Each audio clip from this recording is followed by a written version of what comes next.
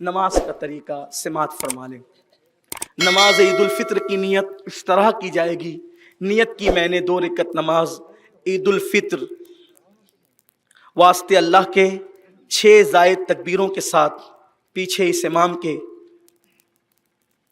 मुंह मेरा काबा शरीफ की तरफ, इस तरह से आप नियत करेंगे।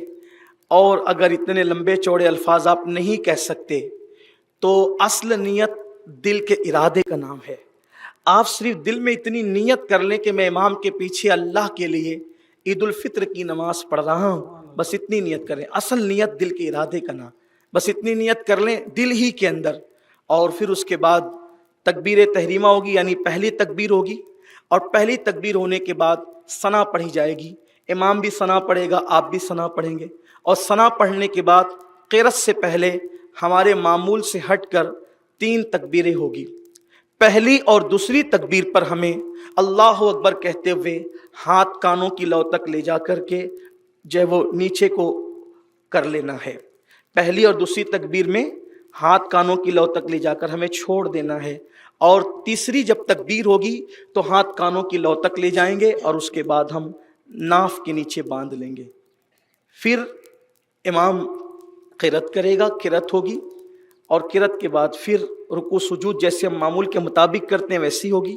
फिर उसके बाद दूसरी रकत में जो है वो सूरह फातिहा और उसके बाद क़िरात होगी।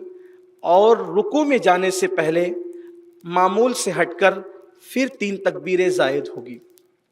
पहली, दूसरी और तीसरी तकबीर पर हमें कानों की लौ तक हाथ ले जाकर के छोड़ देना है।